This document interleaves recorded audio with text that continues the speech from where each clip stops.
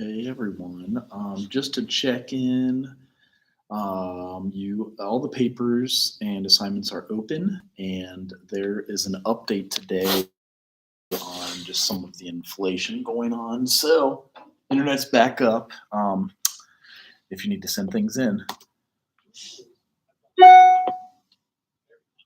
by that, I don't just mean the spontaneous combustion of farms and poultry operations and food warehouses and grain elevators and sugar refineries and distribution centers and meatpacking facilities and the port of Beirut and so on and so forth. Indeed, in the last 24 hours, the entire alternative media and even Tucker and the mainstream media are talking about this. And there's a explosion of awareness of the fact that our food supply is under relentless attack, that there is a manufactured situation going on, an engineered food shortage ahead. Indeed, when I talked about this in this report, Food Supply Spontaneously Combusting, back in 2020, many people dismissed it as a conspiracy theory. After all, it was only a 2 sigma event back then. That's why I created this map, the food supply incident map, to try and keep track of all of these things. And indeed, some of these events are still impacting us today, over 2 years later. I'll pull some of those up tonight briefly. But now that it's a 3 sigma event, meaning off the charts, nearly impossible statistically from an actuary standpoint, no rational person would conclude that there is not something going on, that these are not deliberate attacks on our food supply, not to mention the fact that there are people at work who have the means, motive, and opportunity to damage our food supply in order to take control over it. Everyone is finally getting the picture. Now, all of these explosions don't even mention the fact that there are hundreds of millions of chickens being killed in the name of PCR tests for a bird flu that no one can prove exists, or the fact that Union Pacific has cut off shipments of fertilizer, or any of the other terrible policy decisions that have limited agriculture's ability to produce food that we've talked about here on the Ice Age Farmer channel. And indeed, the FBI just today warned that even more attacks would be coming to food production, now in the form of the cyber pandemic that Klaus Schwab promised, with ransomware attacks upon grain elevators and other facilities that would cripple production during the critical planting and harvest seasons. And we'll talk about that too. But again, we are under attack, and everyone knows it now. And so the question is, how do we respond? And in that regard, and I think most important tonight, we've just seen what could easily be dismissed as one chicken farmer somewhere doing something crazy, but what in my view is a seismic shift in the awareness of this food attack on our planet. And that is this: the chicken sale heard around the world. When the state of New York, like 28 other states, and other nations for that matter, announced a ban on the sale of live birds, Clucking Ridge Farms responded, no, we will not comply. Their reasoning is quite simple. We cannot run our farm without selling our poultry. That's what we do. What you're talking about is biosecurity precautions actually translates in reality to shut down your operation, and we will not do that. Now, this is a major milestone. It marks, in my view, the first divergence from the mainstream food supply, which is being taken over by the technocrats and reshaped, and in emerging what they will call black market of food. People who will not comply with this takeover. Because feeding your family is a basic human right. Raising animals, whether for meat or for manure to feed your garden, is a basic human right. These are inalienable rights. You cannot sell them, though they are certainly trying.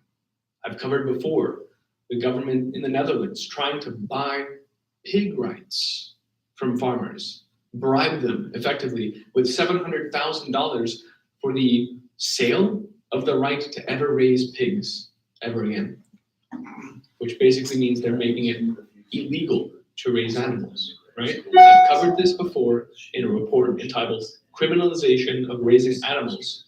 The Dutch are selling pig rights. But again, this is expected. And even last week, we saw the World Economic Forum come together to talk more about how we're going to reshape agricultural systems, create zero emissions food systems, which of course means a zero animal economy. That's why they also call it a post-animal economy. And now we are witnessing them execute on that agenda through these contrived bird flu scams and pig rights, all of these things, just like the warehouse fires that everyone is talking about right now, are abundantly clearly a takeover of human food production. And I think now everyone sees it, which also means now they're going into hyperdrive. And so now we all must work together to reboot a decentralized, regenerative food system. And that's where we are now, folks. Welcome.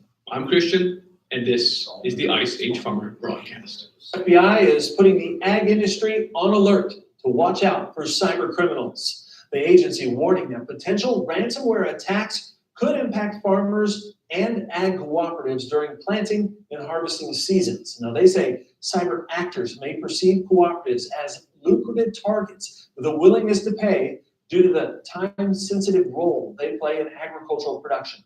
The FBI says 6 grain companies were targeted last fall, and 2 others have already been attacked this year. In a public advisory, federal officials say a significant disruption of grain production could impact the entire food chain. Now, he tells me hackers are generally opportunistic. FBI also mentioned that an attack on grain production would cascade into the rest of the entire food chain. Now, I find the timing of this announcement spectacularly salient, given that everyone is talking about attacks on the food supply right now. So when better for the FBI than to come out and announce there are going to be cyber attacks as well. Of course, we can trust them.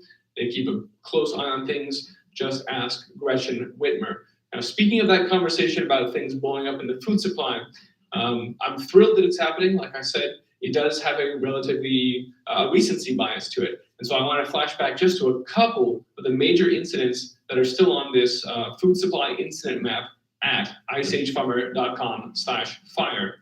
And find that there. I haven't added the most recent incidents because I think we get it. I think everyone gets it. Everyone's talking about it. But a couple that stood out to me. The biggest egg factory in Ireland burned completely to the ground. You can tell there's no chickens anymore laying eggs in this facility. This was in October in 2020, and it processed several million eggs per day for all of UK and Ireland, where we are now hearing about egg shortages, right? So these are lasting, impactful events, and that's why I'm bringing them back up today, and to illustrate that this has been going on for some time. This that everyone's talking about now, mercifully, finally, so we can all respond finally, so that we can go to everyone, and this is why we've been saving seeds for seasons now, and say, oh, you're seeing it? Great, here's some seeds. Start your garden now. Everyone start your garden. Another one, massive Kent Foods warehouse in the UK, which was responsible, it was Europe's largest independent supplier of sugars, sweeteners, dairy products, oils, and fats. Much like Azure Standard was the largest independent distributor of groceries here that just had their headquarters burned down. Seems like the independent aspects of the food system are particularly explosive right now, spontaneously combusting. Another series of fires that's worth our attention are these grain elevators. Here's one in Saskatchewan that burned down. This was on October 15th of 2020. And here's yet another in August of 2020 in Iowa, where the farmers were explicitly saying, hey, this is we can't produce grain now. This is gonna slow down our harvest. Quote, main concern among farmers is a lack of grain storage. I don't have a place to put my grain. Okay, so you see this is not just things exploding and then we can reroute, like, yeah, we have some tolerance for errors or for problems, but when there's a systematic degradation of facilities exploding around the world, a chunk here, pretty soon we're talking about these sorts of events that are impactful. The Domino Sugar Refinery in Louisiana was another facility where 2 billion pounds of sugar every year coming out of that factory burned down completely. And of course, the more high-profile grain silos exploding in the port of Beirut, Now, 2 years later, Lebanon has plunged into food shortages, food riots, economic collapse, because that's what happens when you destroy a nation's ability to feed itself. And that's what's being done around the world right now. We should also step back and remind ourselves, among all these conversations about things exploding, that these explosions are happening against the backdrop of a food crisis already, where multiple nations in Europe have stopped their exports of grains, the most recent being Kazakhstan, again, a net exporter, stopping their exports, leaving the net importers high and dry without a place to find food. This is a recipe for disaster, and it is the formula that was explicitly laid out by John Podesta's food chain reaction game. Food prices rising, nations stop their exports. We need global government to save us, and a carbon tax. This is that script, and we're walking through it now. It's worth mentioning as quickly as I can that production in South America is down right now, with USDA and other agencies writing down their estimates of corn and soybean crops coming out of Argentina and Brazil, respectively. We all have heard by now that the wheat crop in the US has been devastated by the drought, particularly in Texas. It's basically a write-off. That means that the hard red winter wheat crop is the worst condition in a decade. Of course, that is about 40% of the total US wheat production we're talking about right now. So when you've got the Black Sea region offline because of the war, the US having the worst year in a decade, adding to global supply worries, as Reuters tells us here, we've got China claiming, if you believe them, that they're having the worst wheat harvest in history. And even if that was a lie when he said it last month, right now what's going on with Shanghai and beyond being locked down, farmers being arrested if they even try to get to their fields. Folks, the stories we're hearing out of China right now are so extreme that I dare not even speak them. It's just out of control, and it is having very real effects on food production. Already remains to be seen how they handle it. They've been stockpiling for years, including from the U.S., who's been more than happy to sell all of our grains. We have no grain reserves. It was eliminated just before Obama. There's no strategic grain reserve in the U.S. anymore. China was stockpiling and has more than half the world's grain saved up over there, but now they're destroying their production this year. It doesn't exactly make a lot of sense. Something crazy is going on in China though. Like I said, no reasonable person could look at this and not see an attack on our food supply. And so that's why it's time to start growing food, no matter what they tell you about bird flu PCR tests or seeds saving being dangerous unless you buy from Monsanto. Just ignore all of this nonsense and get that garden and grow it and save seeds, save it to your neighbors. If this conversation is starting to go mainstream, and Tucker is talking about attacks on the food supply, then people are ready to have this conversation. So go out and have it, and let's all start growing food. Now, I asked a couple weeks ago, how are you growing more food than ever before? And I got 1,000+ emails. I responded to a couple hundred, but everyone, thank you for your emails. I really appreciated hearing them, and I want to share just a couple tonight to give some examples of how people are growing in all sorts of different circumstances. So here's one from Elaine, who writes about how to have a garden without soil. She didn't, the soil where she lives was terrible, and so what they did was grow their leafy greens mostly using the Kratky method, for which you do need hydroponic nutrients, but it's still a great way to grow a lot of stuff in a smaller amount of space, and it's easy to start up. So this is a fun one to try, especially when you're in an apartment. It can still work for you. She also mentions that she's using hugelkultur to start building up. Hugelkultur is where you bury a piece of wood and then cover it with dirt, and it will hold lots of moisture down in there, and as it decomposes, release nutrients to the plants that you're planting into this mound. And that builds up a new layer of soil and organic matter on top. Again, all of this is about growing the soil, which is going to feed you in the future. Here's another one I received from someone in Sweden who has an apartment there. She has a balcony, and on this balcony, she hung these baskets over the edge. All right, so a few ways to grow your own food for the summer. Wanted to get into that. We do have a teaching demo today, so I also wanted to have you guys on for that. however we can. And finishing up the book, so we're at the end of chapter 14. We had gotten to slide 8 or 9, and making sure you guys register also. So if you haven't registered yet, make sure to do that. So with EAP program, it's employee assistance. Some of the things you can go in and see folks for is a range of services like family issues, burnout, even addictions and alcoholism. Also organizational planning and development, community service options, workplace issues and sexual minorities, pre-retirement planning. Also types, dynamics of intimate partner violence. So these are some of the things that come up anytime really after people reach puberty and right before, but on through adulthood. You'd be surprised with older adults. I've worked for our hospice, and in the nursing homes, there still is things of this nature. Violence Against Women Act was passed for that.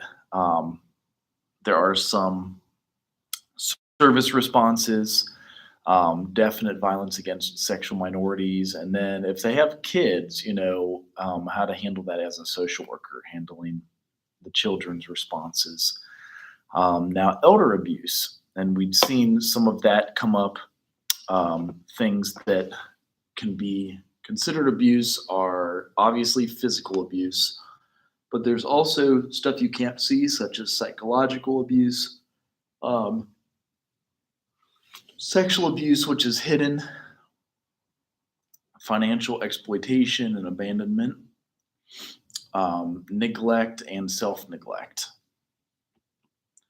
And sometimes that is with like not taking the medication, kind of like the visit we saw in class on Tuesday.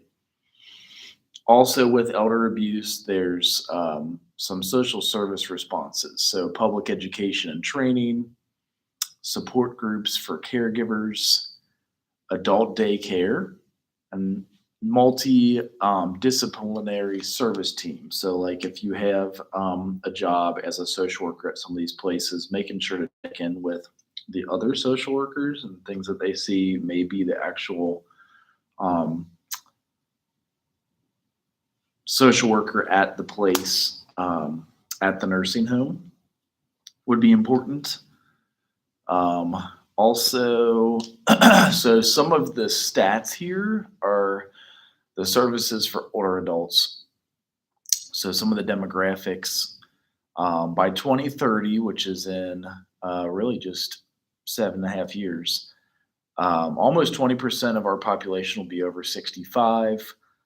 85 plus is the fastest growing subgroup. That would be the year my dad turns 85. Most men live to about 79. Women live into their 80s. Also, the percentage of ethnic minority elders is increasing. And there's some worldwide trends. Now, a lot of that changed with the pandemic. So first we were seeing a lower life expectancy because of the opioid epidemic in 2019 and 2020. And then because of coronavirus, we also saw a downturn in life expectancy. So the first time ever, 2 years in a row, it started going down. Also setting the record straight with successful aging. There's some people that actually are very active into their 70s and 80s. So that's a big piece of it also. Some of the services for older adults, we have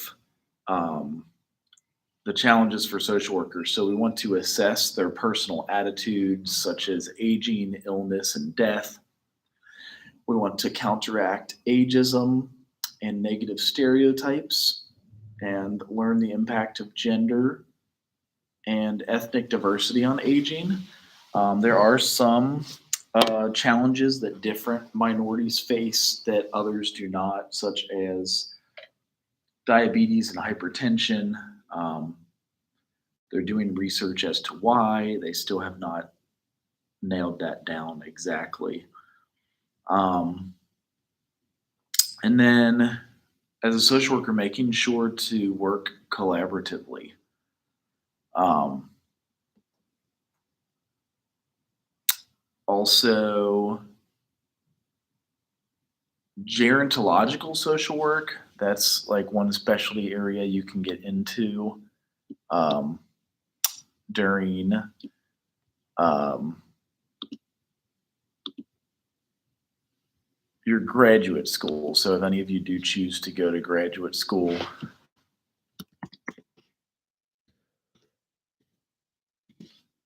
this is one of the areas you can get into. It's different social supports.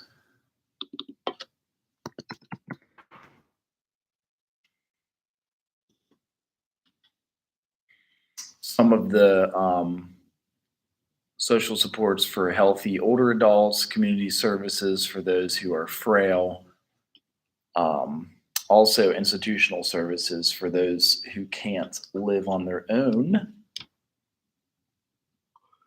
Then other examples of programs and services, social workers do case management, adult day centers, and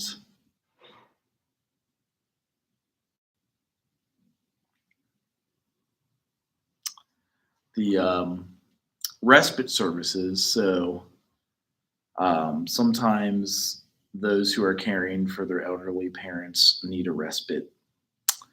Multi-purpose senior centers. So some of them are um, doing different activities, sometimes providing meals so that you don't only get to eat Meals on Wheels. Um, Civic engagement initiatives, and then support services for aging in place. So some people that would like to stay home and can afford to stay home, that's one of the things that they try to do. And then here's a list. I know it's a little hard to see, but I'll expand it as well as I can. Resources for older adults. So the income support, there's SSI, which is income maintenance, and then social insurance, OAS, DHI.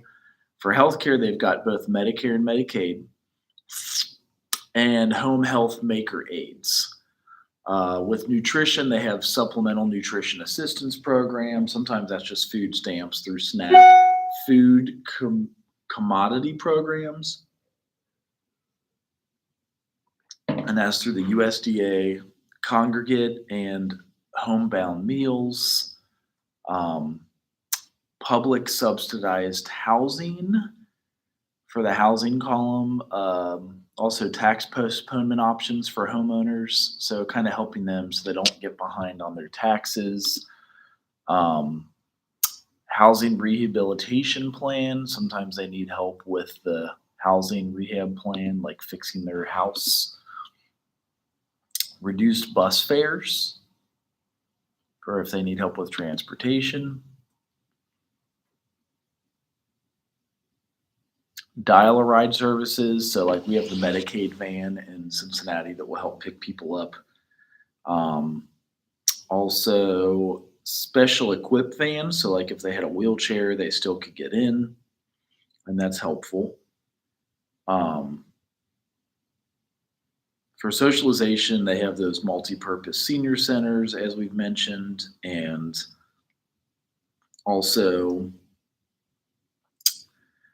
the adult daycares. So to give like a respite for folks. Um,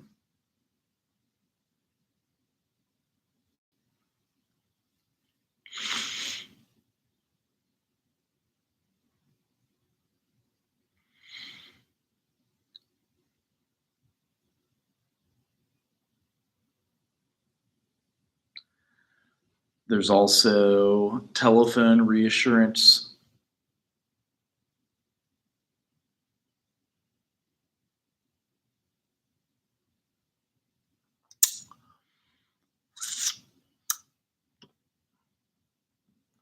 and then some volunteer programs that help with socialization at the adult education programs. And then finally, legal services. So like legal aid. Some of the legal issues are like guardianships, trustee, and living wills. So those are all the things that could be possible for everyone. And I'll finish up. This is the last slide of the entire book, so this is exciting. Just finishing you guys up so you can get started on your final if you haven't already done that, or get caught up on papers if you need to do that. Also, a class presentation to see if you like the person's teaching style coming up next. So one last thing, as social workers, we do case management. Managers assess needs and link clients with appropriate programs and services. So this could be either meal services, could also be possibly transportation, occasionally housing. We find that with the refugees at St. Leo's. And then the adult daycare and respite. So helping out with those as a social worker is definitely important. And something that we do as social workers.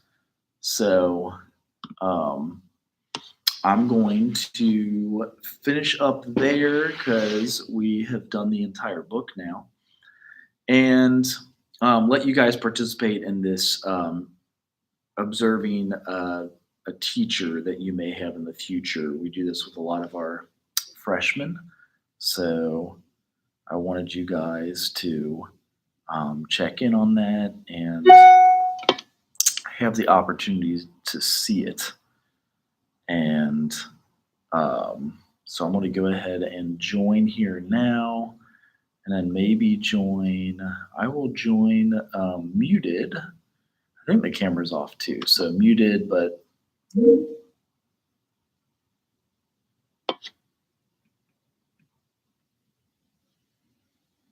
So I don't know what's happened to the rest of them.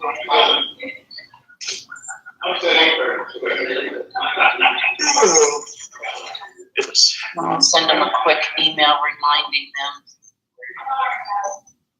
Okay.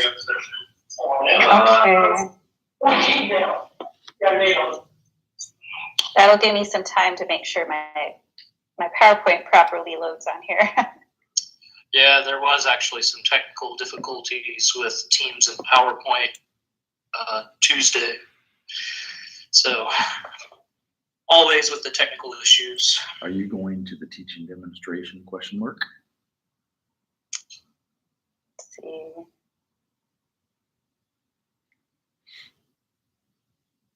But here at Central, I'm at home today, but at Central we've had this week has been terrible for technical issues.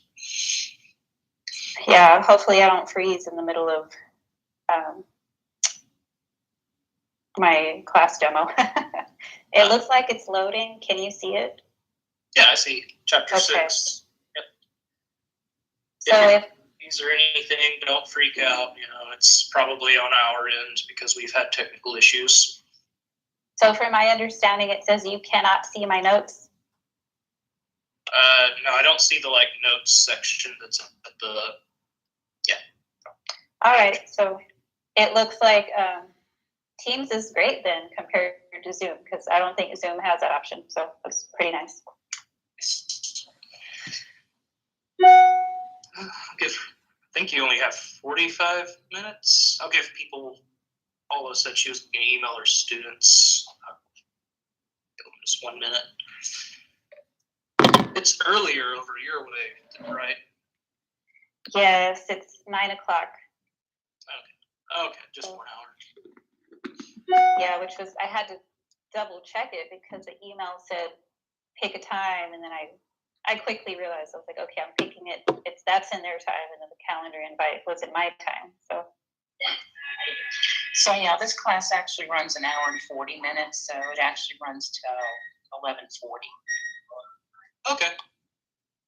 So Well, Paula, I'll leave it to you how long to say the demo should be. I have to leave at least a little before 11 because I have my own class at 11, and it's close to the end, so I need to go reassure them that the world isn't ending with their finals and everything. I'm sure they would like to hear otherwise. Yeah. So I'll have to, if I just disappear, Allison, that's the reason, and I'll be talking to you at 3 Eastern time. Okay. Committee interview. All right. Nice to meet you. Good luck. Yeah, thank you. I'll go ahead and, for the students that are here, introduce you. I'm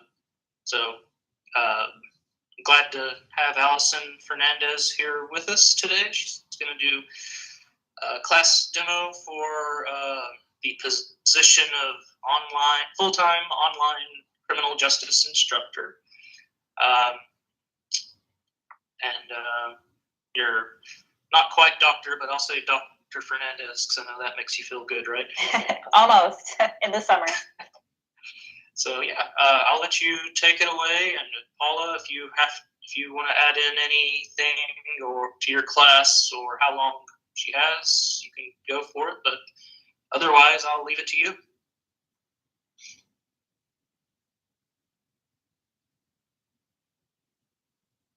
I guess she does. So I'll leave it to you, Allison. Oh, okay.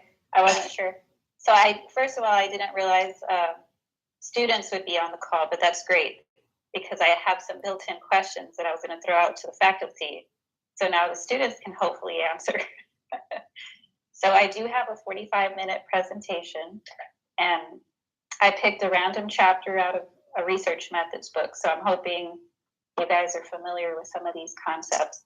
But I'm going to talk about measuring crime today.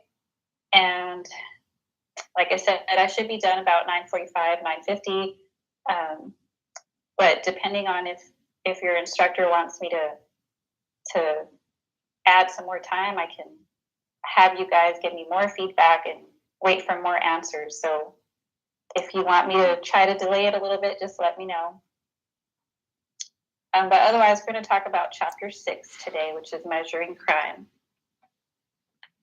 And if you don't know what that means yet, that's fine. You're going to know by the end of the lecture. So the way that I do my lectures is I give you certain learning objectives, so things that you should understand after the end of the PowerPoint. So there's going to be 10 learning objectives. And I know it seems like a lot, but at the end, I promise you're going to understand everything. So first is recognizing how the different approaches that we use to measure crime actually illustrate the principles of conceptualization, operationalization, and measurement. So if you haven't gotten to those terms or you can't remember what those terms are, we're going to revisit that throughout the lecture. Second, you're going to understand what crimes are included in the different measures that we're going to talk about today. You'll also understand the units of analysis in the different measures, understand the purposes of why we collect crime data to begin with, and explain the different measures that police use. So there's a measure called crimes known to police, and we're going to talk about a couple of those. I'm Mark Harris. Trading service. Yeah. Are you an instructor? We're also going to talk about Okay. victim surveys, Dr. Kitty. and then we'll talk about the differences between crimes that are known to police Right, you versus still there? surveys. I wasn't sure. We'll also talk about self-reporting, self-reported I saw it. offending and Okay. self-report Just wasn't sure. measures, So I think and explain the different criteria Okay. for measuring all of these measures of crime. That's how our class is. And then finally, the big picture today is that hopefully you'll realize that we have a lot of different measures of crime, and that's because there's imperfections in all of the measures that we're going to talk about today. They're also good measures, Right. but they have strengths and they have weaknesses. Okay. I'm social work, so I don't know. Okay. So, Okay, so first of all, yeah, we're talking about criminal justice and criminology. yeah. So obviously crime is important to all of us. We use crime in a variety of ways. Oh, Dr. You guys might have heard about exploratory studies before. That's how we we look at studies and we try to find out how much crime there is. We're exploring crime. We also have explanatory studies. So those studies look at explaining what causes crime. What are the different factors that lead people to commit crime or lead society to have crime in general? We also have applied studies. So applied studies focus on how we can reduce crime. All right. So all of these different approaches to crime, I keep saying the word crime, but in order to answer these questions, we need to actually measure crime and know what we're talking about. So we have all of these questions about crime, but what is actually crime? What do we mean by crime, and how do we measure it? It's a very important issue, and we're going to talk about those different measures today. And like I said, we're going to talk about the strengths and the weaknesses of each approach. Now, by the way, there's not really a clear-cut answer on what measure to use. I'm going to talk about what's probably the best measure, but if you do research in the future, you're going to have to think about the strengths and weaknesses that we talk about here today and make your own decision if you conduct your own research. But hopefully today you just understand that there are pros and cons to each of the different approaches.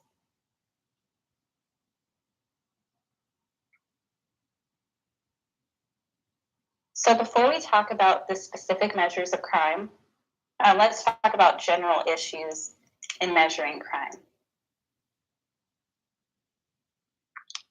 So this is where I'm going to ask for y'all's participation. So we have 3 broad questions that influence how we measure crime. The first question we should ask ourselves is what offenses should be measured?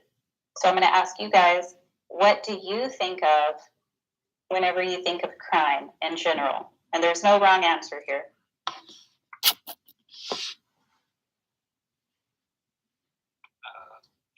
I think of crimes against other people, specifically things that hurt or harm other people. Yeah, so that's perfect. A lot of people think about that. So the most common one would be like assault. That's a very common crime that we might think of. Can I have at least one other person? What type of crime can you think of?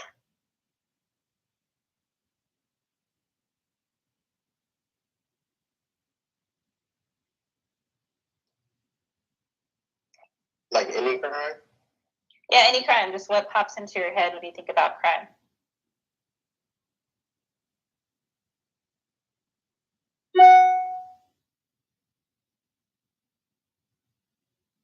All right, I'll help you guys out. So obviously you'll have assault. You'll have murder, kidnapping, rape, robbery. You have all sorts of offenses that you can measure. Drug abuse, drunk driving maybe. You might even have financial crimes. So a lot of people don't think about financial crimes or white collar crimes. So we'll come back to this. But there's so many offenses out there that's why it makes it hard to measure crime. And you'll see what I'm talking about throughout the lecture. Okay, so another question you need to ask yourself when you're measuring crime or you're hearing about someone talk about crime is who are they talking about? Who are they interested in? Who are they focused on? So I think it was Stanley that said he thinks about crimes against people. So maybe people are, the units of analysis there are the victims. Maybe Stanley is interested in the victim perspective. So this is something you want to write down. I don't always put everything in my lecture because that keeps you guys active and actually taking notes. So there's 4 different units of analysis that we could use. One would obviously be the offender. So maybe you're interested in the offender themselves, the actual person committing the crime. You want to learn more about that person. Number 2 would be the victim. Like I said, the victim of the assault. Or maybe you're interested in the bank. So bank robberies, and you're interested in how the banks are impacted. The third perspective that you can use is the offense.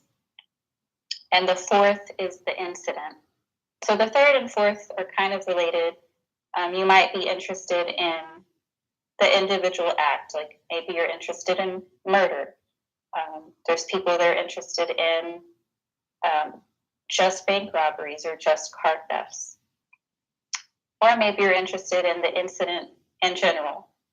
And if you don't know what incident means, that just means it's like the whole day. So it's one or more offenses that are committed by the same person. And I'll give you an example of that in a minute. But the important thing that you need to know is that you need to realize what units of analysis are we talking about? The offender, the victim, the offense, or the incident.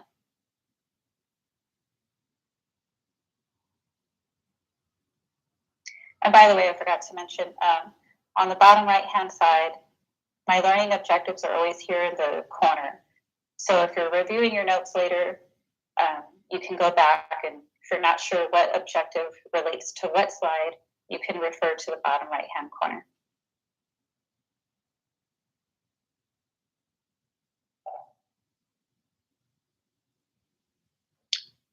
Okay, so the third thing you want to consider when you're measuring crime is, why are we looking at crime anyway? What's the purpose? So like I said, I'm using Stanley's name because he's the only one that had answered that last question. Maybe he's interested in assaults. So maybe he's interested on how victims are impacted, or maybe he's actually interested in the offender. So depending on why you're looking at crime, that's going to dictate what type of measure you use and what type of data that you want.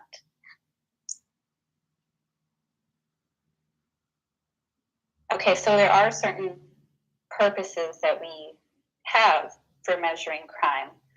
Obviously, number one is monitoring, and I'll give you examples of that. Number two would be agency accountability.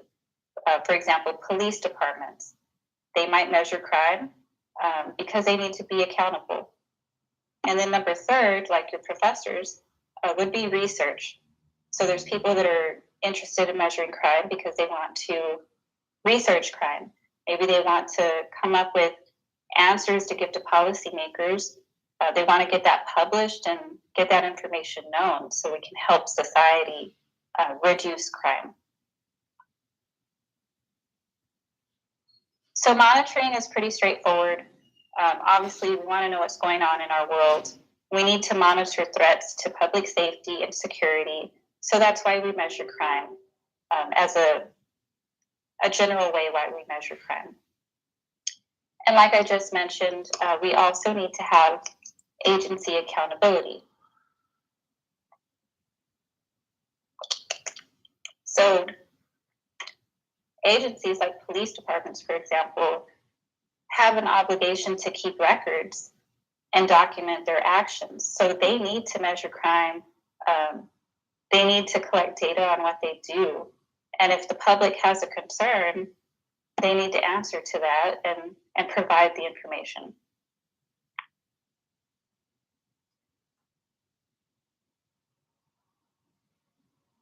And lastly, we have research.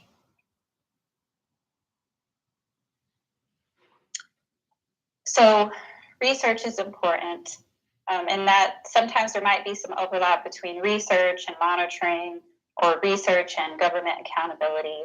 But sometimes there's no relation at all. We might just be interested in a certain topic that has nothing to do with monitoring threats to the nation or government accountability.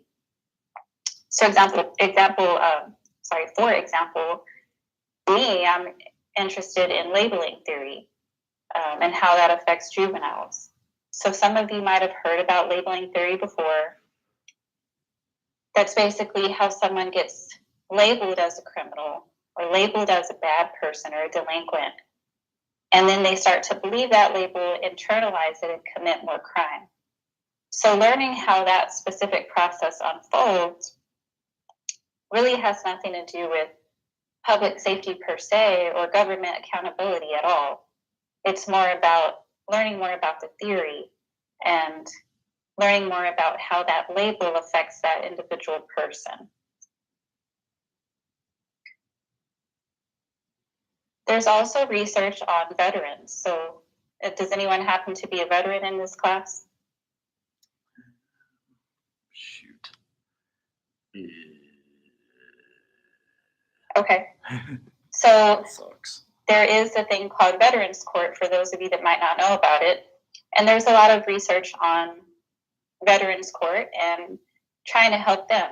And that has nothing to do with government accountability per se or monitoring, but it's really focused on the veterans, trying to get them to readjust to life, for example, and not end up in the criminal justice system in the first place. So you can see how research is one important reason for why we measure crime.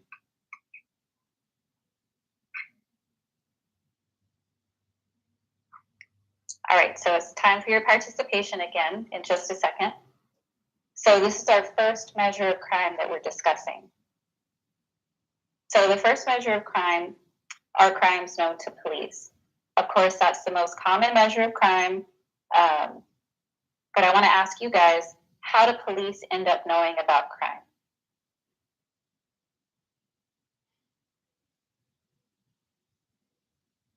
I know one of you has an answer, so I'll give you a few seconds.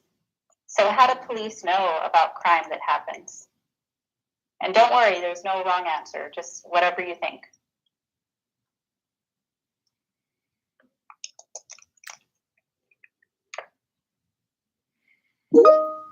Marcus? Could it be what they see or like the calls they get through to them from dispatch?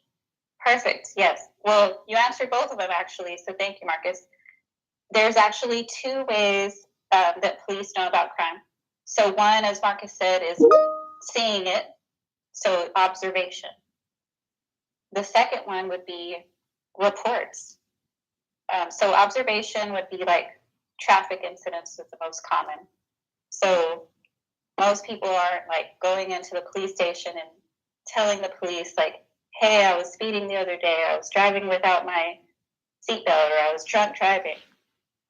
Most of the time it's the police that are going to see you doing that. So police know about crime through observation. It can be like traffic incidents, drug sales if they're monitoring a high crime area or any area, and prostitution. So usually prostitution is not always, but sometimes there's both participants or they're participating in that. But if police see that and observe it, they're going to report that crime. And then number two, like Marcus said, is reports. So whether that's through calling 911, walking into a substation, flagging down some officer on the street and filing a police report, we either tell them about it or they see it, and that's how they learn about it. But I'll ask you guys again, do the police know about all crimes? No. Yeah, of course they don't, right? So like I just said, a lot of people aren't going to report themselves, right? There's criminals that do participate in criminal activity. They get away with it. If they get away with it, no one reports them. Of course, police don't know about all the crimes that exist. And maybe people that participate in prostitution or drugs, they don't consider that a crime, maybe. So of course, the police are not going to know about those crimes. So that's a weakness in this type of measure. It does not capture all crime for the reasons that we just talked about. And we'll talk about different measures that can overcome that here in a minute.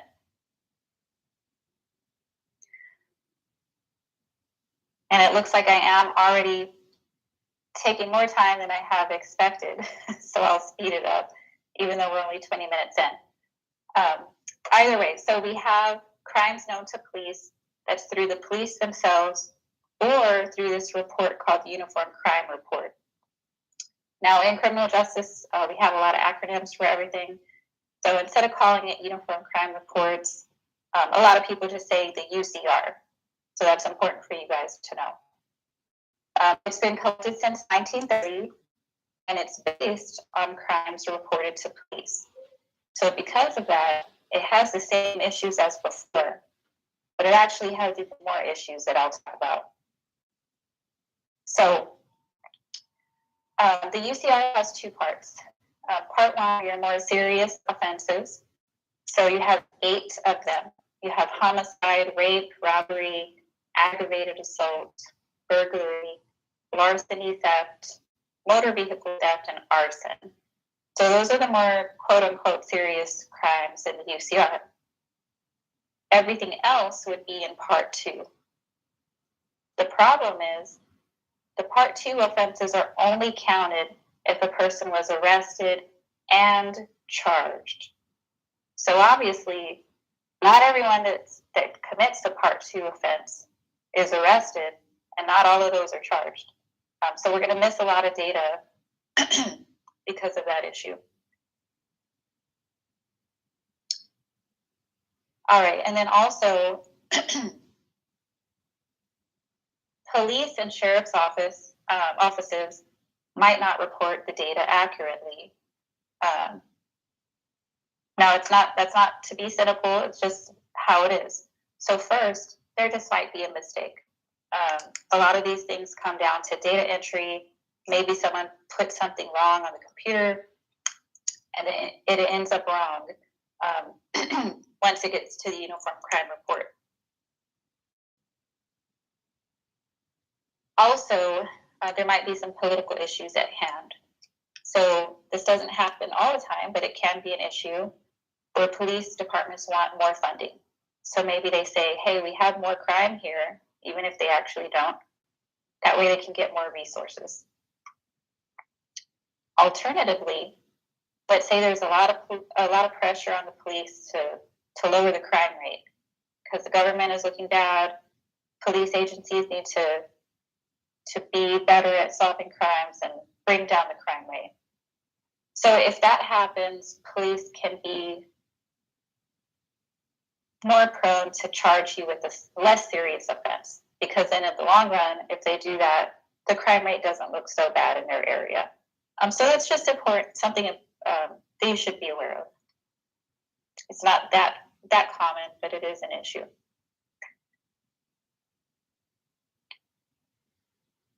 Another weakness, and the last weakness of the UCR that I'm going to mention, is the hierarchy rule. So we talked about incidents earlier. We're going to talk about that here again. So the UCR has what's called the hierarchy rule. So if there's a lot of crimes, multiple crimes committed in one incident, only the most serious one is counted.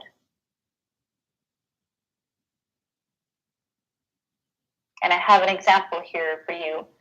Go ahead and read it, and then we'll go over it together.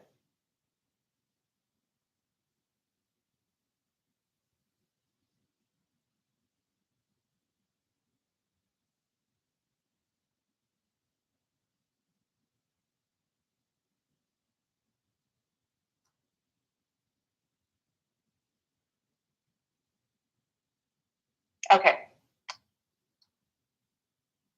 So in this example, let's act like this really happened. And I'll tell you what ends up happening with the UCR and what shows up in the official data.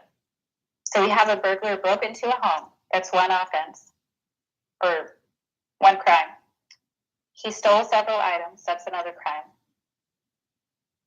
Placed them in a car belonging to the homeowner. The homeowner got home, surprising the offender. So then he goes ahead and knocks the owner unconscious with the chair, which is another crime. Then the burglar drives away in the homeowner's car, which is another offense. So you guys can see multiple crimes have occurred here, right? Under the hierarchy rule, only the most serious crime is going to be reported. So the most serious crime would be in order that I told you the part 1 offenses occur. So in this case, it's going to be the robbery that's reported. And none of the other crimes that happened here are going to be reported in the UCR. Is that surprising to anybody? Is there a reason as to why they're not reported? That's just the way it's set up. There's other measures that I'll talk to you about here in a minute that will look at all of them. But in the UCR, that's just how it's set up, and that's certainly a weakness of it because all the other crimes that this person did were pretty serious, but only one's going to be reported. So before we move on, just let's think about the units of analysis here. The UCR is summary based. So we're not going to go back and be able to look at that individual. Let's say we're interested in people that break into homes. We can't go back and find out more about that specific offender. In the UCR, the data is very general and represents reports of groups of crime. So we're not going to be able to go back and look at this one incident through the UCR.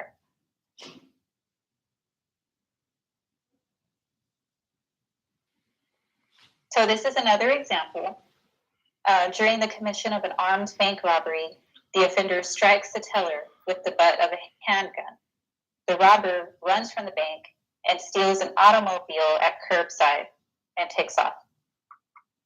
So keeping in mind that the Part 1 offenses are in the order that are seen on your screen, which offense is going to be counted in this example? Can anyone tell me? The bank robbery?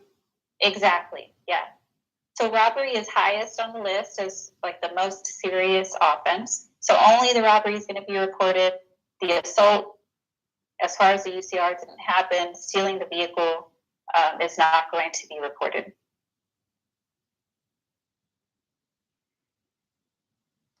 So moving on to crimes known to police, we also have incident-based reports. So one of them that's really interesting is the Supplemental Homicide Report, or the SHR. It's a spinoff from the UCR program. So the units of analysis here are incidents, specifically homicides. So here we will be able to get more information.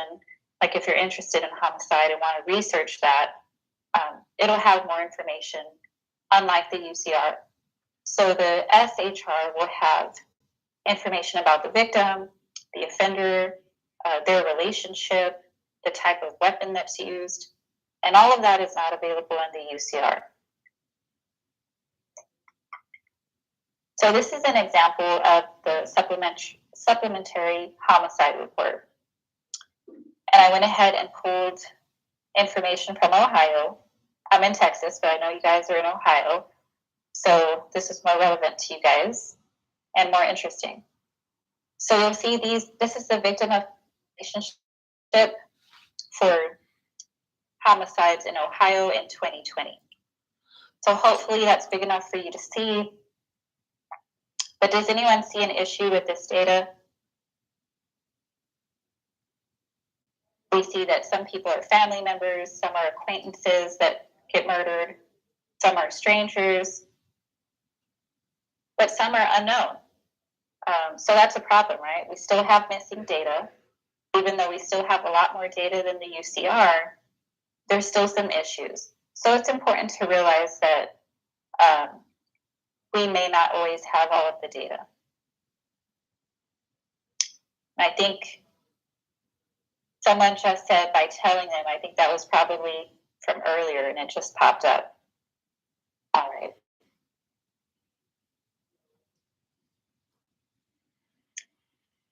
So hopefully you guys find that interesting. That's the victim-offender relationship in Ohio homicides. And here I have another example for you. This is the type of weapon that's used in homicides in Ohio in 2020. So you see that most people use a firearm.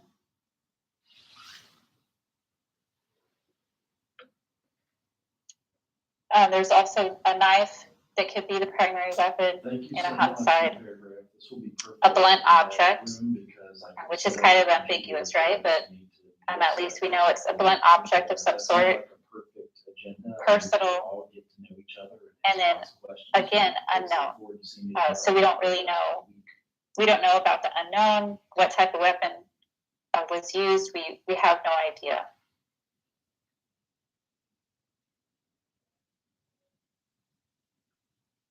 So another measure of crime that's sponsored by the Department of Justice, and it's based more on incidents and has more information, is called NIBRS. So again, we have a lot of acronyms in criminal justice. So this one is NIBRS, but no one says all of that like we do for the UCR. Instead, everyone says NIBRS. So NIBRS stands for National Incident-Based Reporting System. Quite long. So it's developed to one day replace the UCR because it has a lot more information. There's no hierarchy rule with NIBRS. So that's amazing because we're not missing all of the additional crimes that's committed. And we're also going to have context with NIBRS. So by context, I mean we're going to have information about the victim, the offender, the age, gender, race, location, whether there was drugs and alcohol involved in the crime. So it has a lot more context, which gives us the ability to do more research, because the more data you have, generally, the better. The only weakness is that, of course, there's still entry errors, maybe even more so than before. So we're asking for a lot of more information through NIBRS. So if you're inputting even more information, there's going to be more data entry errors, just because people do make mistakes. And again, it only includes crimes known to police. So we're going to be missing all of those crimes that maybe people don't think it's important enough to report to police. Maybe they think it's a waste of the police's time to report some minor theft. So we're missing all of that information in the UCR and NIBRS as well. So how do you guys think that we find out about crimes that are not reported to police? You might not have an answer. You might not realize that you know this answer. But how do you think we find out about crimes that are not reported to police? Social media, maybe? No, that's a good answer. So we're going to find out still by people telling us, but it's going to be through alternative means. So it's not going to be through going to the police department. So it could be through victim surveys. It might also be like anonymous tips, like you said, but that's going to end up being officially recorded. But the answer I was looking for was surveys. And you guys know this because you probably participated in surveys before. So one of the surveys that we have that's very popular in criminal justice, and you probably have already heard about this, but it's the National Crime Victimization Survey. So this one is pronounced with the letters. So you would say the NCVS is what people call it. So this survey has been conducted since 1972. And one of the primary reasons this survey came about was to capture the dark figure of crime. And have you guys heard that term before, the dark figure of crime?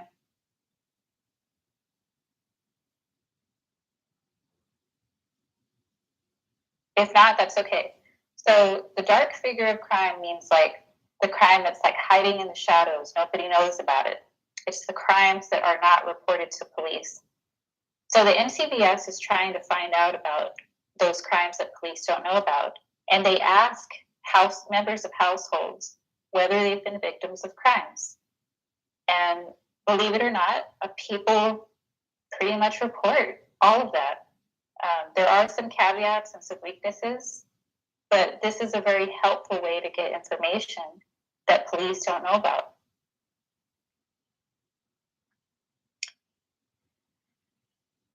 So although the NCVS is wonderful There are weaknesses, just like with every measure I've talked about. So first, if they're measuring households, you're not going to measure all crime because there's a lot of homeless people, and homeless people are victimized. So if we're not surveying homeless people and we're not going out and asking them, which we do not do that through the NCBS, we only ask households, we're going to miss the whole homeless population. We're never going to know about them. We're also not going to be able to measure businesses, so bank robberies and things like that. Now, it's a little bit of a gray area. Maybe someone will say they were assaulted at work, but we're going to think that's like a personal assault. We're not going to think that that's related to like a bank robbery or anything like that. So the NCBS has that weakness. We also still have the issue of victimless crimes. So if you bought drugs and you wanted to buy drugs and you wanted to do that, you likely are not going to report that to the NCBS because you're not going to consider yourself a victim. Same thing with prostitution. If you're a sex worker or participating in prostitution, you probably don't think of that as a crime. So the NCBS is not going to capture that data. On the other hand, it might capture too much data that's kind of not really, maybe you're not really a victim, maybe you are, it's kind of unclear. So the example here is maybe you live in a high crime area with a lot of drug exchanges and it's happening across the street from you. Maybe you consider yourself a victim, even though you're not actually part of that drug exchange. You're just a bystander, but you still feel victimized by that event. So that's a bit of a tricky gray area. Maybe it's going to record that as a victimization when I'm not sure that everyone would say that that is a victimization. So that's a weakness. And then obviously, homicides and manslaughter cannot be measured.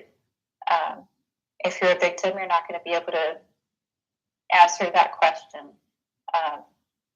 So for obvious reasons, we can't measure homicide through a survey.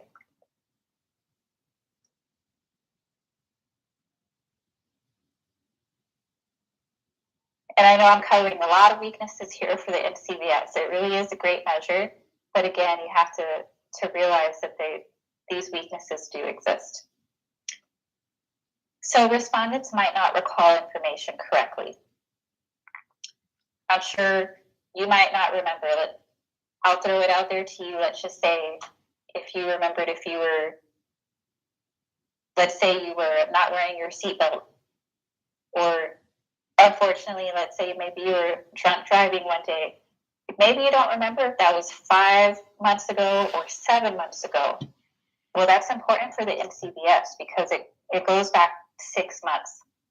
So if you recall the time period incorrectly, the NCBS might capture that data when it really shouldn't have, if that makes sense.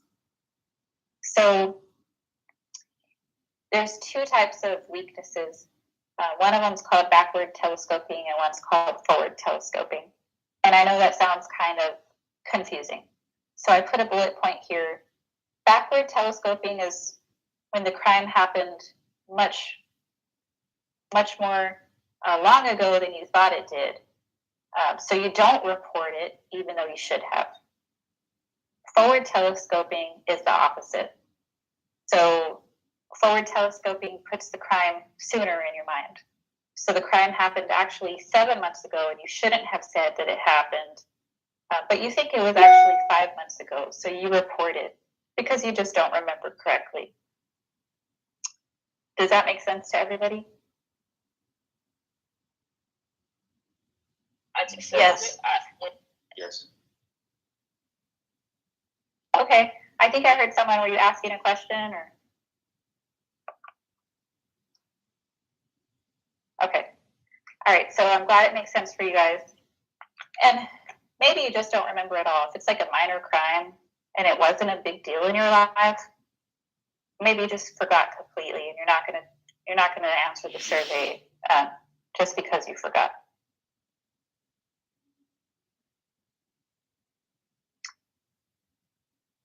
Another weakness is that they only interview people that are age 12 and over.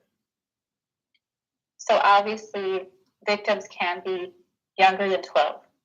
So if we're not asking them, then we're going to miss that data. There's also a problem with series victimizations. So if you're victimized 10 or 20 times in 6 months, how do we count those victimizations? Does it count as 1? Does it count as 10 or 20? If you don't really remember if it was 15 or 20, how do we deal with that when you don't really remember either? So that's a problem.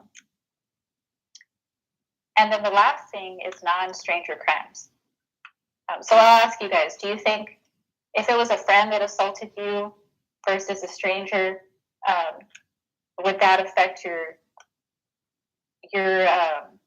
willingness to report it to the police? Like if it was a friend, would you be less likely to report it to police?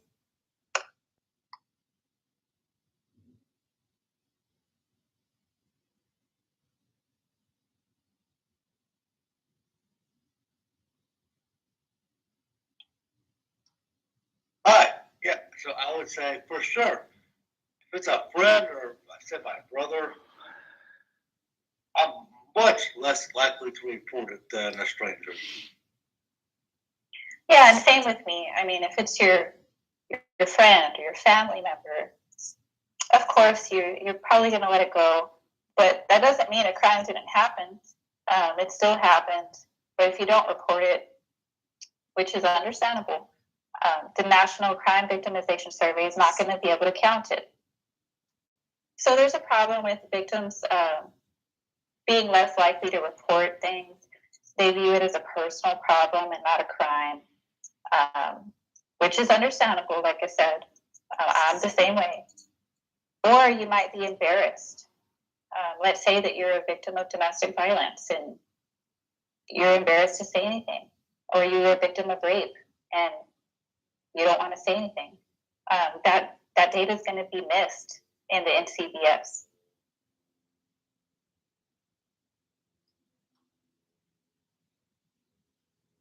We're almost done here, guys. I know I'm running a little over, but I think your class is longer than, I think there was some miscommunication. So I think I'm okay on the timing.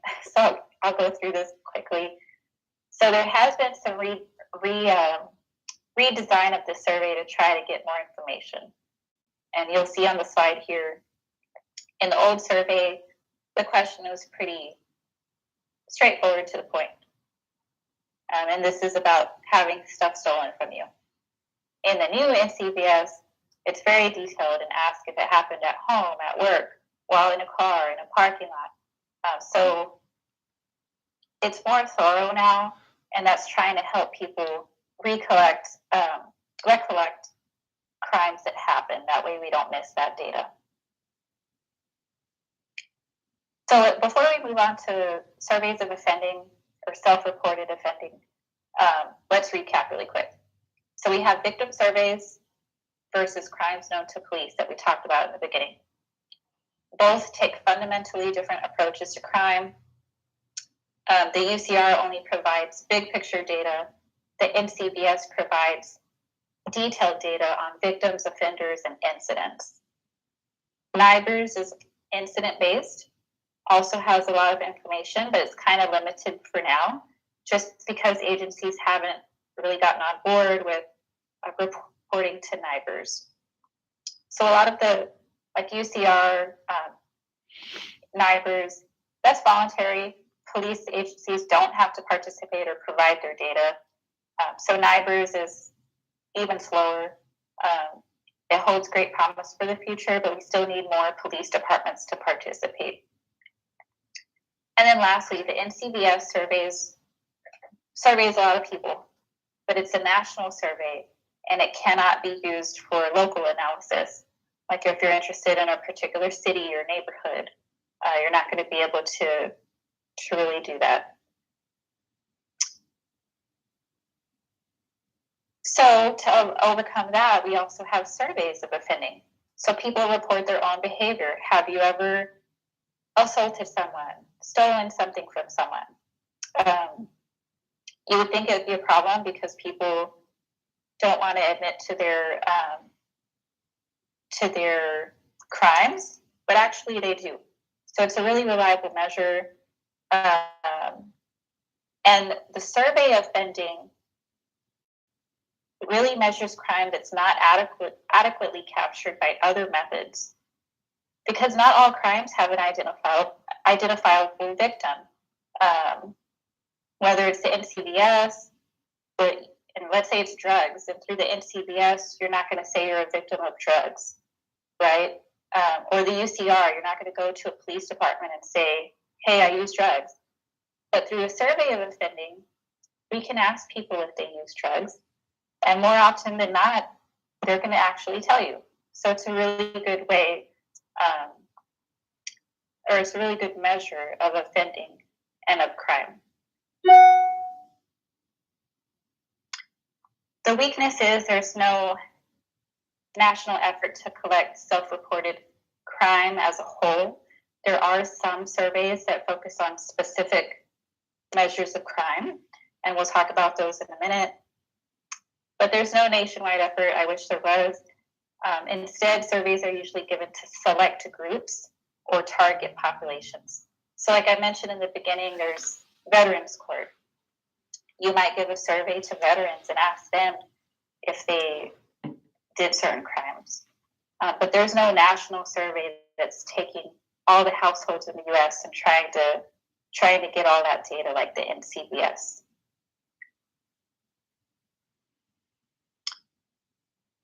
So like I said, we do have some surveys of offending that are more broad, but unfortunately they have a lot of focus on drug use. As you guys know, there's still a lot of focus on drugs in the US. So one of the surveys that are used is the National Survey on Drug Use and Health. And the other one is really popular in criminal justice, and it's called the Monitoring the Future survey. So the first one, the central purpose is to measure drug use. And then on Monitoring the Future, it's also all about drug use and alcohol use. So again, we don't have like a national survey on just crime in general. So for the first bullet point, the long one, National Survey on Drug Use and Health, it's a national sample of households, just like the NCBS, but again, it's only age 12 and older. And of course, people younger than 12 might use drugs and alcohol, so we're missing that data. And then the Monitoring the Future survey is also a national sample of high school students in 8th, 10th, and 12th grade. But hopefully you realize a huge caveat to that one is we're missing kids that aren't in school. So if kids are dropping out of school, we're missing all of their data on drug use and alcohol use. And unfortunately, kids that don't stay in school, they drop out of school, they're more likely to use drugs and alcohol. So we're missing that data.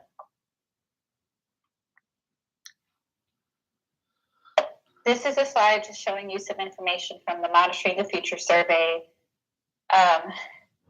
You'll see that, interestingly, in 2021, there was a huge drop in drug use and alcohol use. So you might think, well, this was like right in the middle of the start of the pandemic, so they weren't in school and they didn't take the survey. Okay, maybe that's what you're thinking, and that's what I thought as well too. But I looked it up, and they actually sent surveys home for those students that were virtual learning. And so you can see how the Monitoring the Future survey gives us some interesting information. So drug use is going down among adolescents.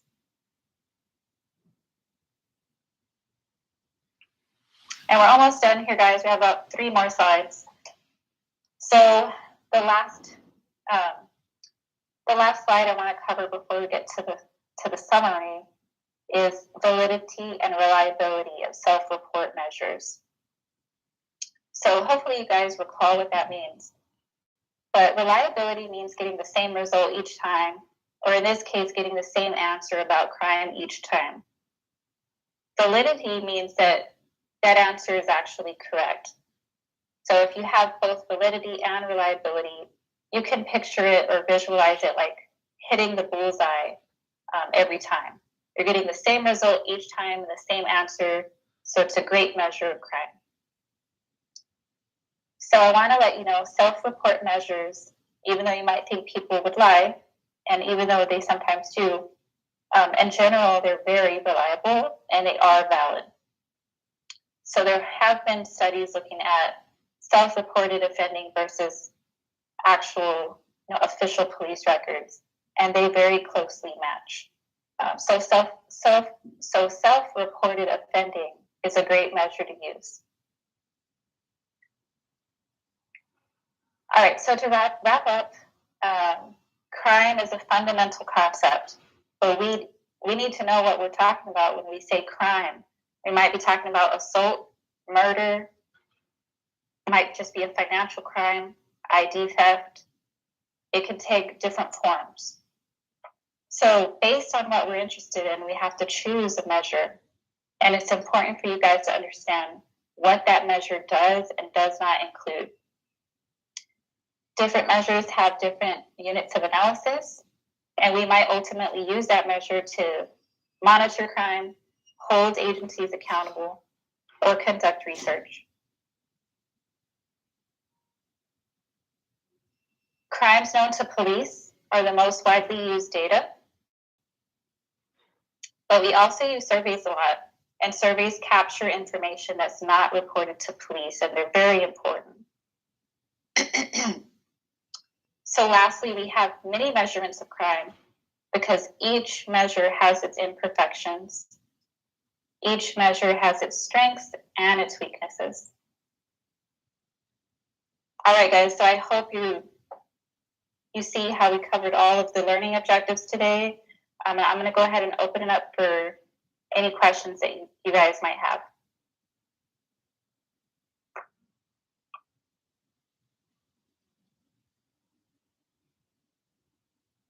Or any feedback. If you have any feedback about the PowerPoint or the presentation, feel free to share.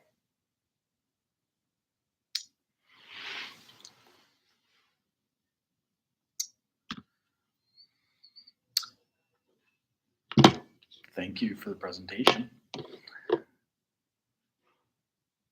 You're welcome. I love teaching, and I hope I made it very clear for you guys to understand, and I hope you had fun. Absolutely. Thank you. Does anybody have any questions? I think I covered it all, right, guys?